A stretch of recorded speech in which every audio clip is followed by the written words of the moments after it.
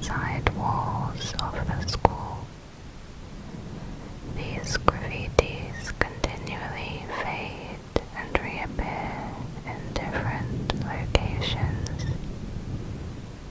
The same goes for writing on chalkboards and bulletin boards. In the classrooms of standard school subjects such as maths and biology, and more obscure subjects such as quantum entanglement and eugenics. One researcher reported a chalkboard with information about a certain redacted SCP object, but photographic evidence showed only a blank slate. The phrase "the children used to sing" was found multiple times throughout the building, but it is not known what the significance is. A number of unconscious people have been found inside the building, ranging from age 12 to 18. They are dressed in accordance with the school's dress code. Several have been identified as former students or faculty of the school who disappeared after the school shut down. In one case, more than 10 years after the closure, it is unknown how they were transported back into SCP-026. Attempts to wake up the subjects while inside the building have failed. Once they were removed from the vicinity of the school, the subjects woke abruptly. They experience a period of confusion before dying from extreme rapid dehydration, followed by advanced decomposition. No useful information has been recovered from them. This inability to wake also happens to anyone who falls asleep on the school grounds, although the rapid dehydration only affects those who were initially found there. The contents of notepads, books, and pieces of paper have been seen to disappear and reappear on the surfaces within SCP-026. New writings have appeared, mostly drawn from graffiti or textbooks. Therefore, caution is advised when bringing documents onto the grounds of SCP-026.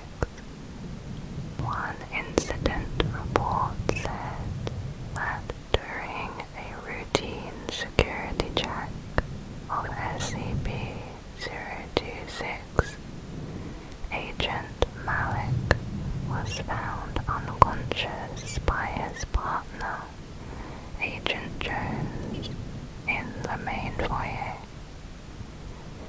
Initial attempts at rousing Agent Malik were ineffective, so he was moved to a Foundation site. Upon leaving the grounds of SCP-026, he woke abruptly in a state of agitation. When questioned, he revealed that he had been dreaming of a class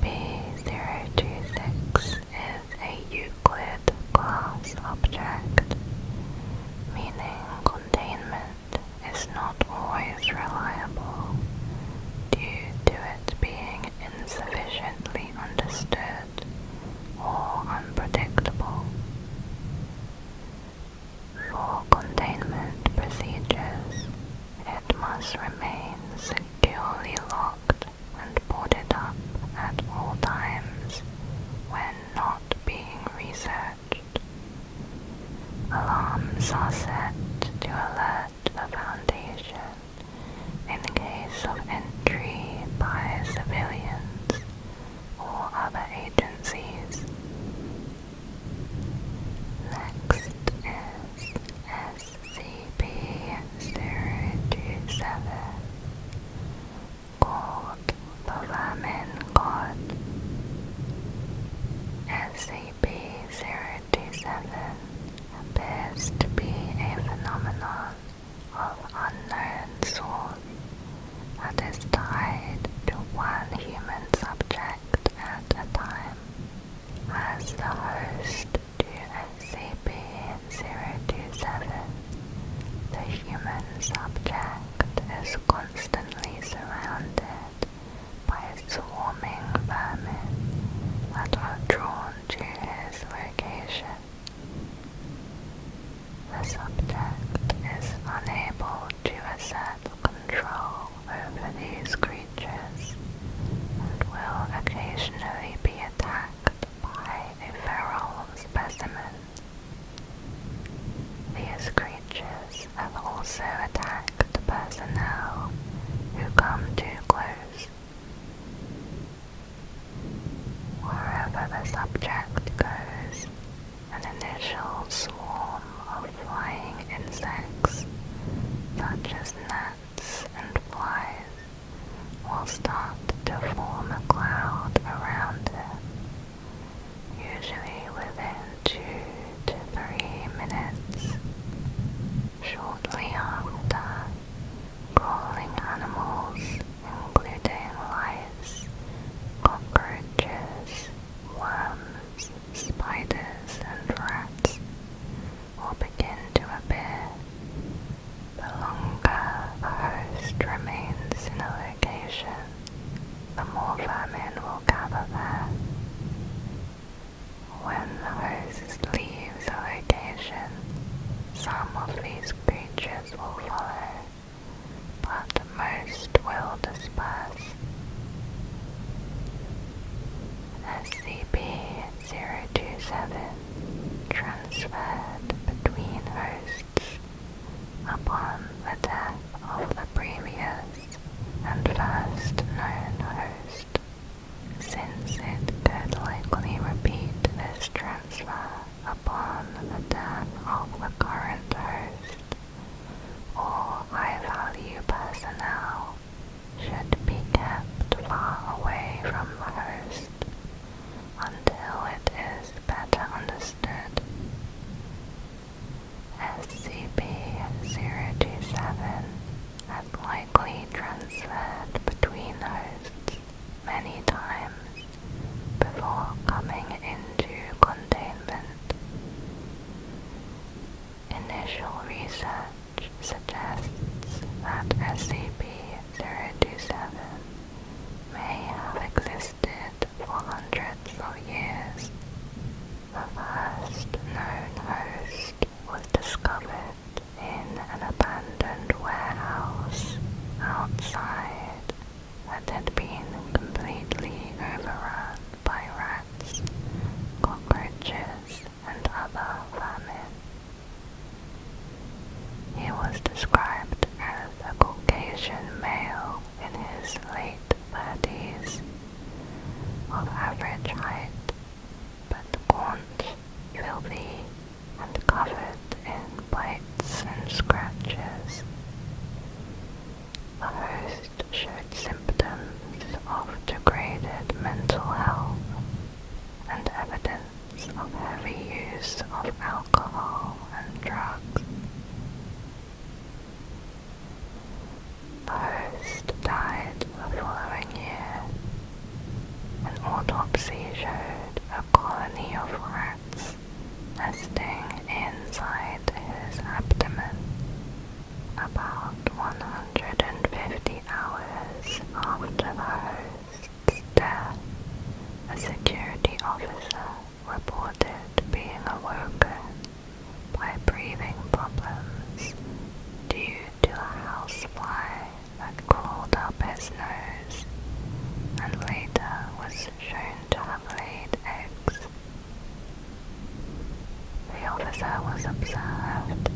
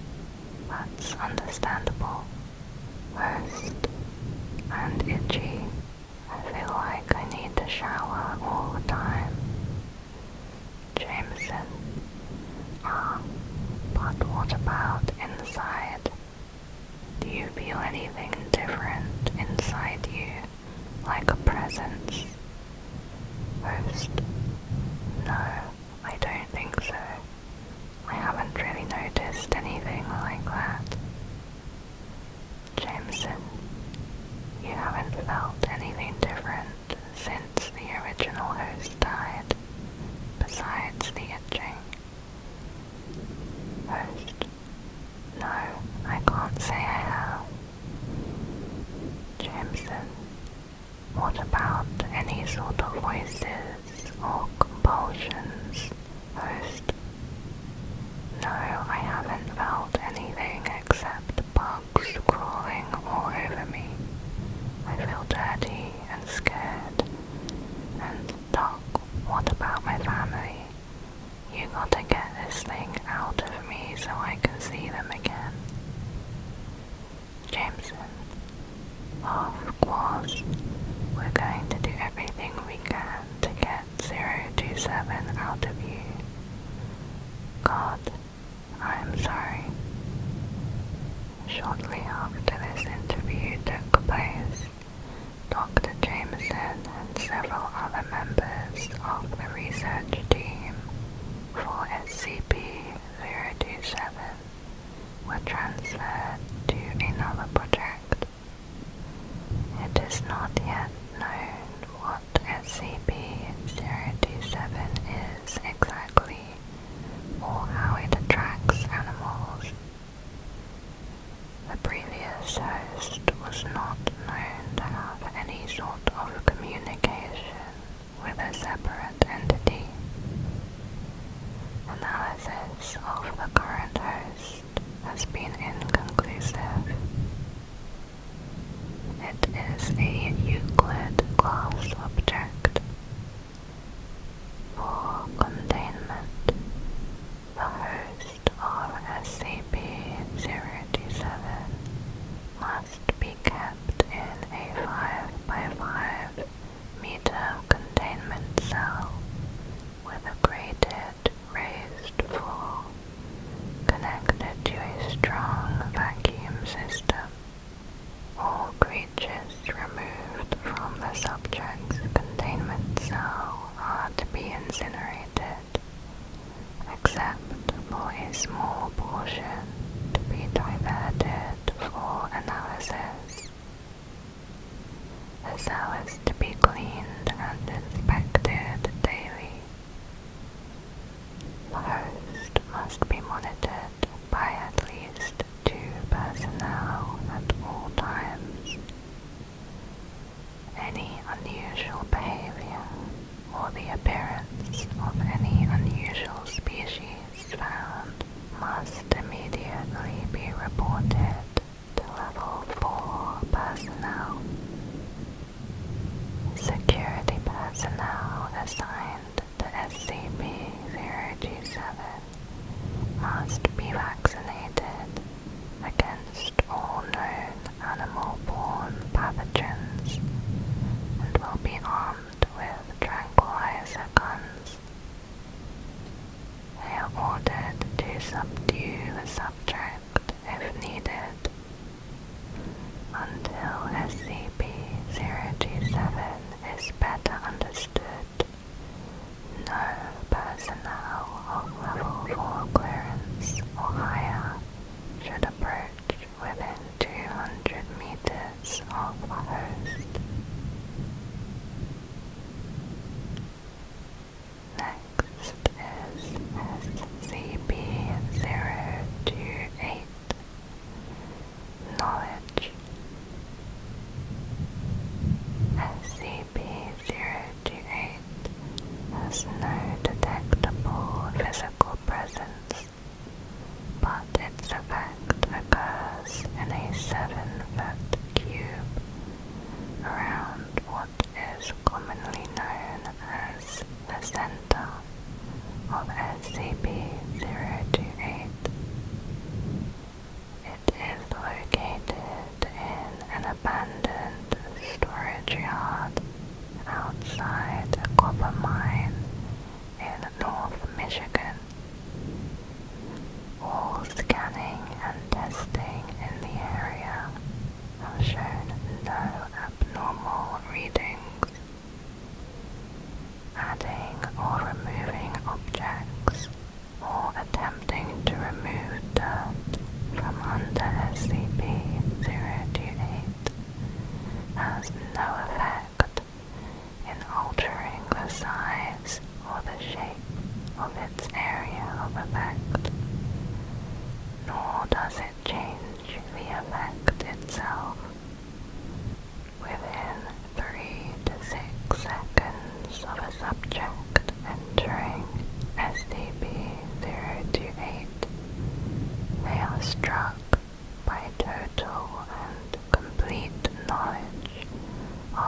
certain subject.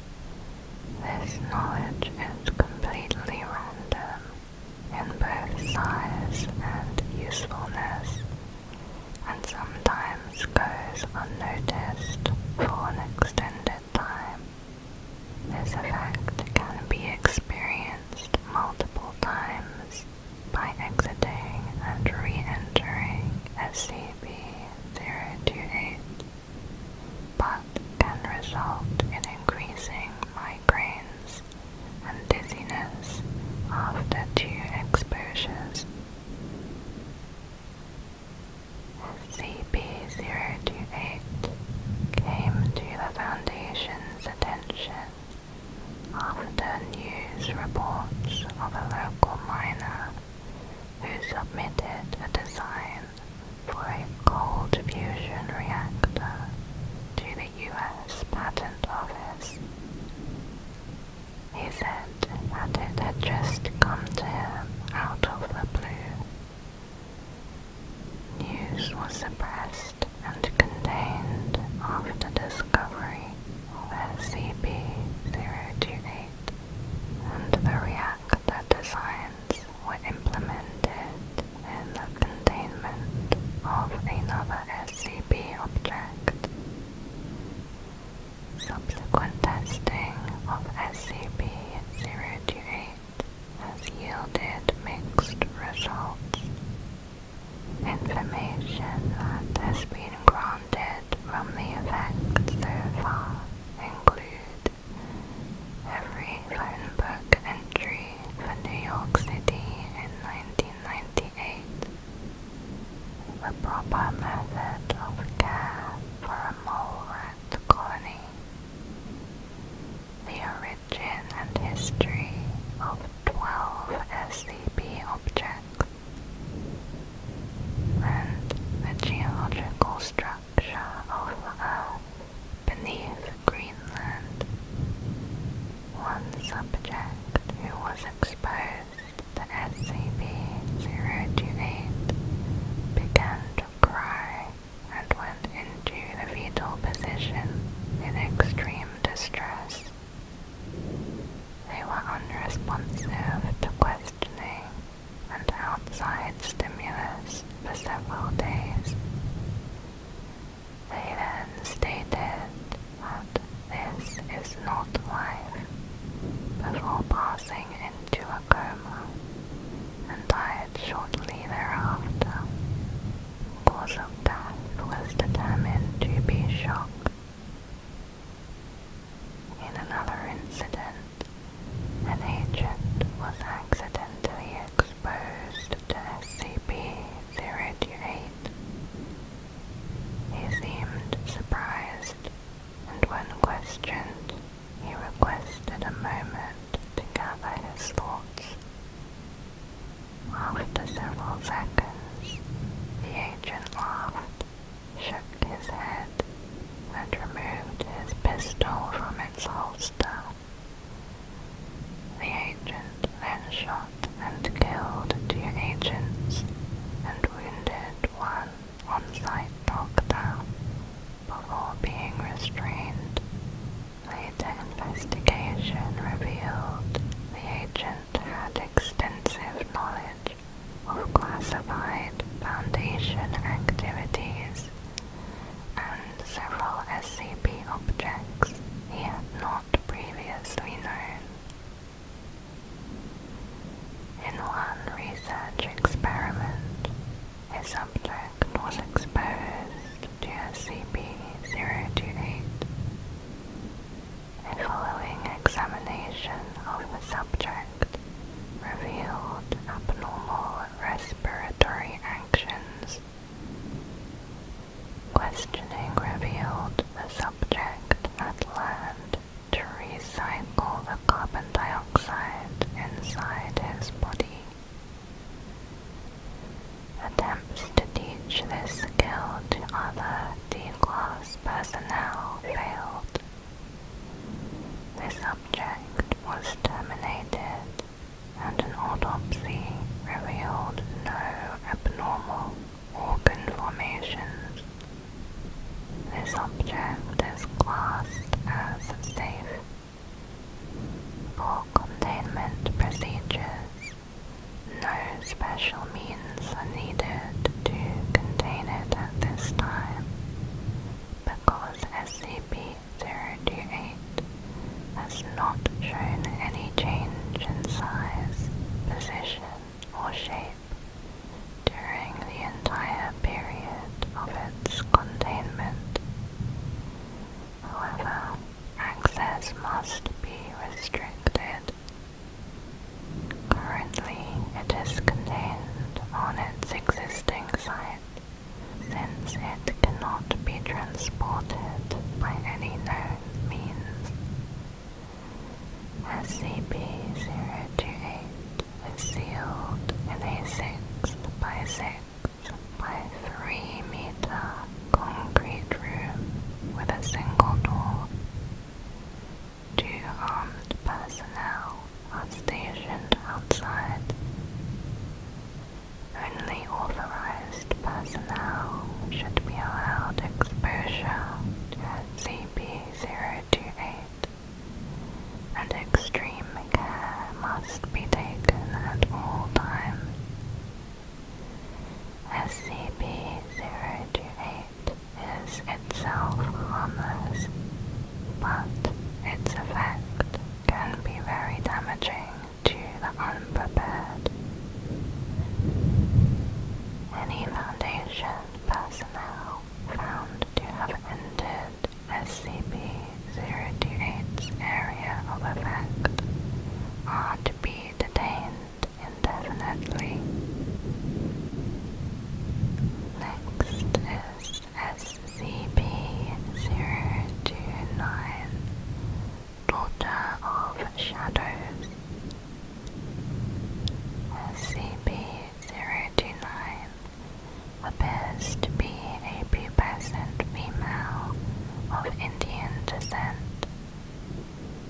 She suffers from alopecia universalis, a condition involving the loss of all hair. Over 80% of her skin pigmentation is a true black, while the rest of her skin has a complete lack of melanin. Her eyes are also completely black. SCP-029 has severe homicidal tendencies and has a remarkable ability to use any item as a weapon. However, she does not like to shed blood, instead preferring to strangle her victims. SCP-029 has dexterity and physical reactions 4 times faster than the average human. She also displays extensive resistance to all kinds of damage. These abilities are greatly reduced in the presence of bright light. Any males who come within the presence of SCP-029 will find themselves obedient to her will. They become willing to kill or even die for her. SCP-029 refers to herself in another language, which roughly translates to Daughter of Darkness, Daughter of Shadows, or Daughter of Night. Interviews have been difficult to conduct due to her constant attempts to kill or convert all who speak with her. Over her years of captivity, the black patches on her skin have increased in size. SCP-029 was first brought to the Foundation's attention by an agent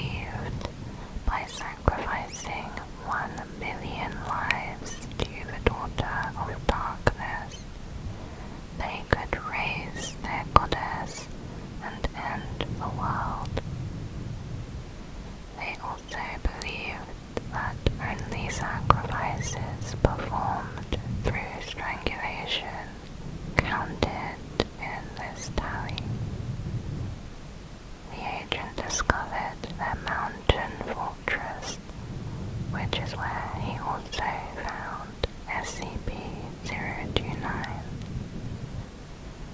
The agent was unfortunately killed, and SCP-029 was contained by the Foundation.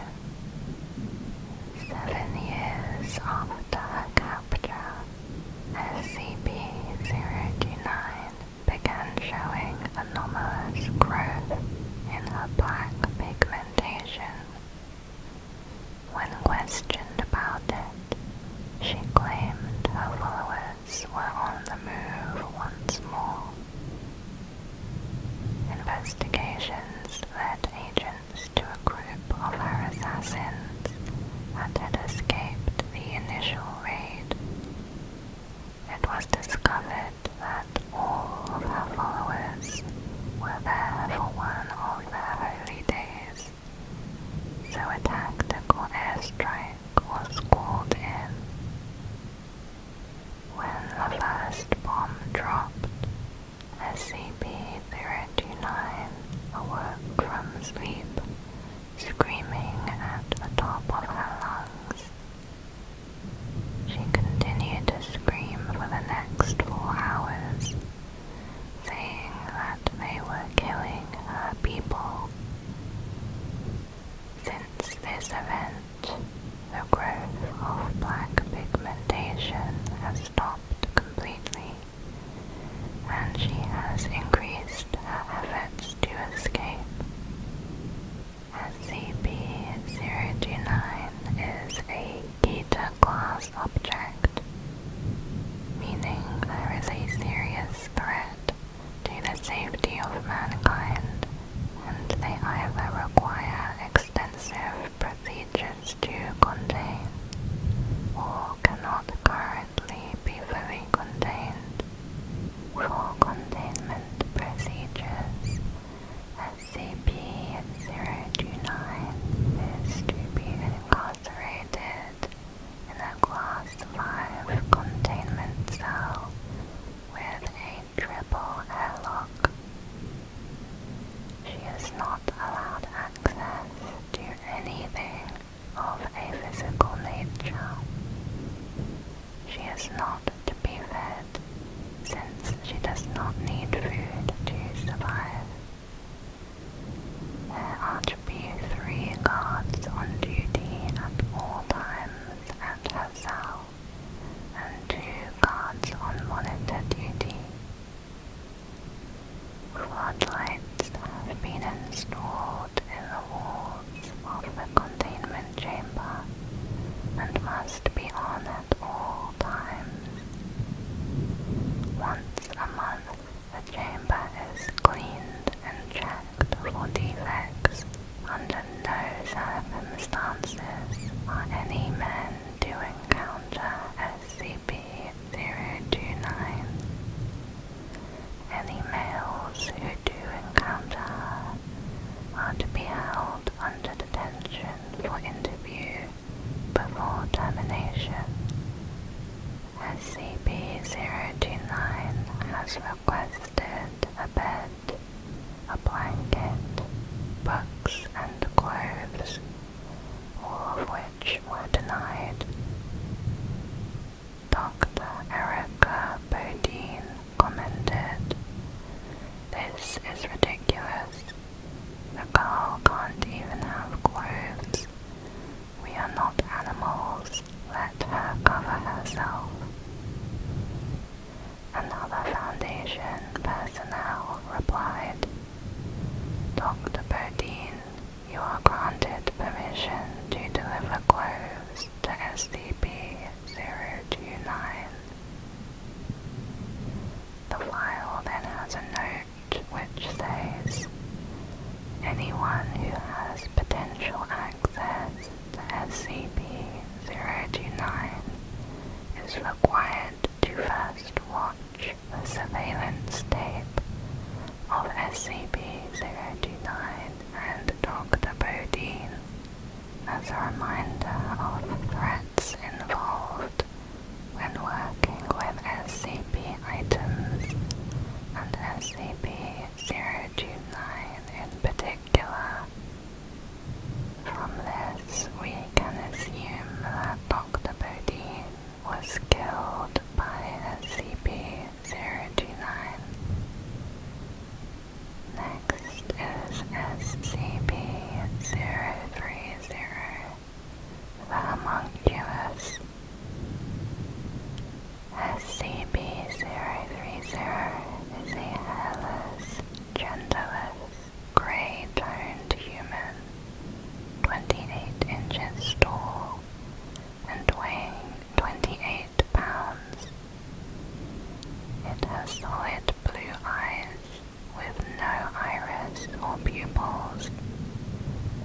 Its voice is androgynous, with a pronounced English accent, not currently identifiable to any modern region.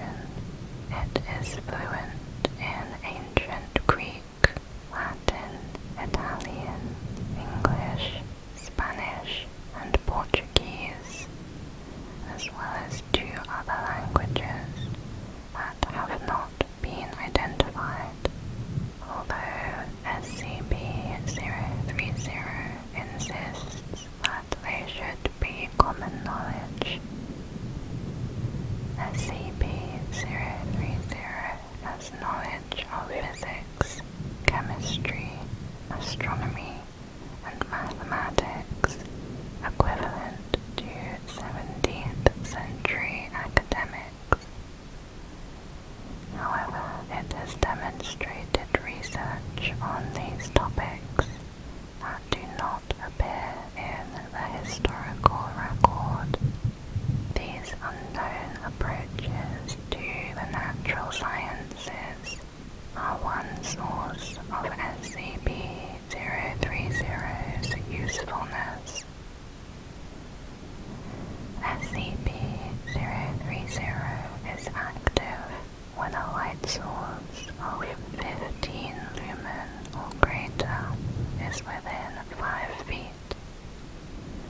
Without light, SCP-030 becomes stationary, seemingly losing consciousness within 5 to 10 seconds of being re-exposed to light.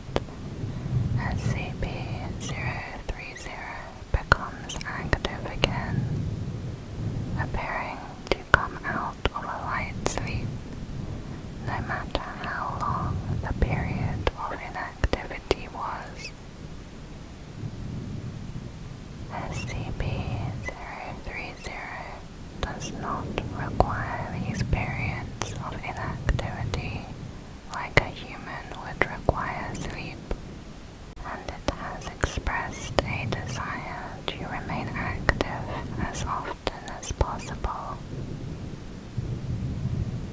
Biopsy analysis of SCP-030 remains inconclusive. Clays found in England make up the majority of its structure. There were also traces of mandrake, lye, mercury, and human blood found in each sample taken. SCP-030 has said it believes that a full surgery to analyze it would potentially end its existence. Samples removed from SCP-030 do not regenerate. Therefore, sampling is currently discontinued to preserve its integrity. Although it can be damaged, it does not feel pain and will remold any part of it that has been deformed. SCP-030 cannot be molded directly by human hands, but any tools can be used for this purpose. It does not breathe, eat, or produce waste, although it does occasionally request a bath. It refers to itself as Ariel. Questions regarding how SCP-030 was created are answered with a statement. I have been asked to forget that bit of information. Terribly sorry.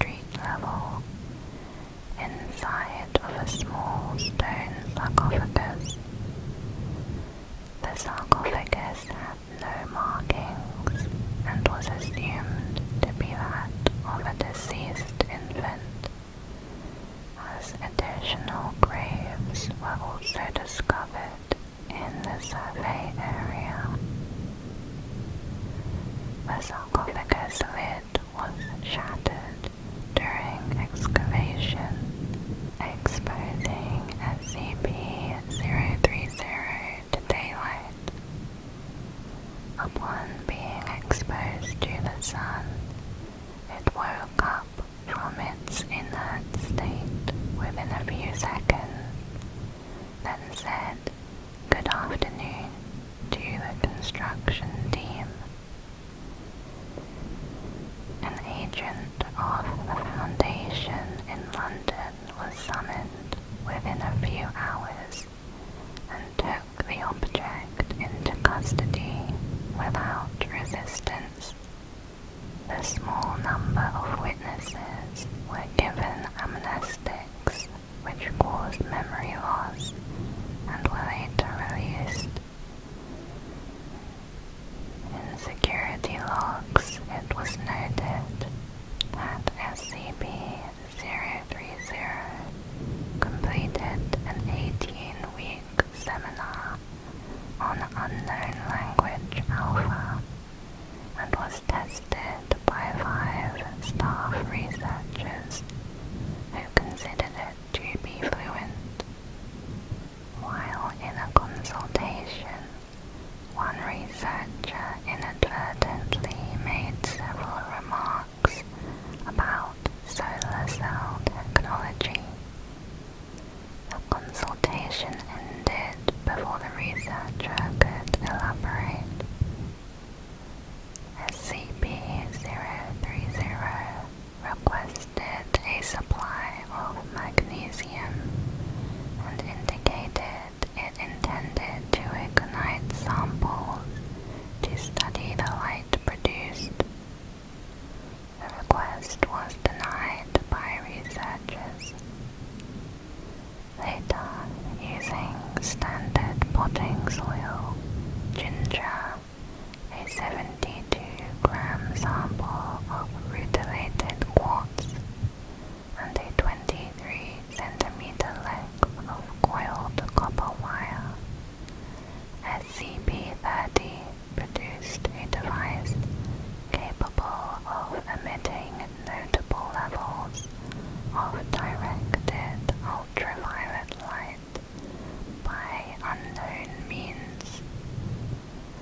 The device was confiscated and not currently replicable without direct intervention by SCP-030.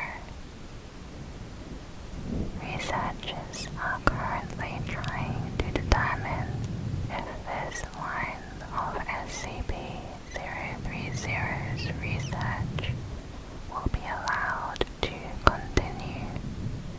It is speculated that SCP-030 may be working towards an alternative and possibly anomalous manifestation of the solar cell effect after receiving only minimal information about its existence. SCP-030 is classed as safe. For containment procedures, it is held at Site-17 within a modified containment cell. Minor adaptations are made to accommodate for its size, such as an appropriately sized workspace and chair. Lighting within the cell may be altered upon request of SCP-030 to a maximum of 2,000 lumens via a dimmer switch. If the case arises where SCP-030 needs to be subdued, staff may turn off the lights and draw the blackout curtains.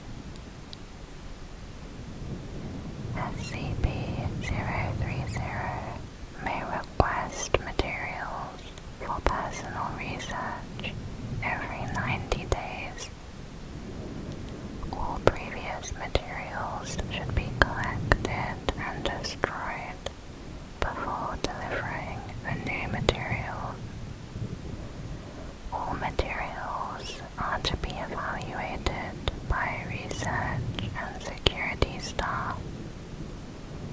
SCP-030 should be denied access to all modern scientific journals or texts.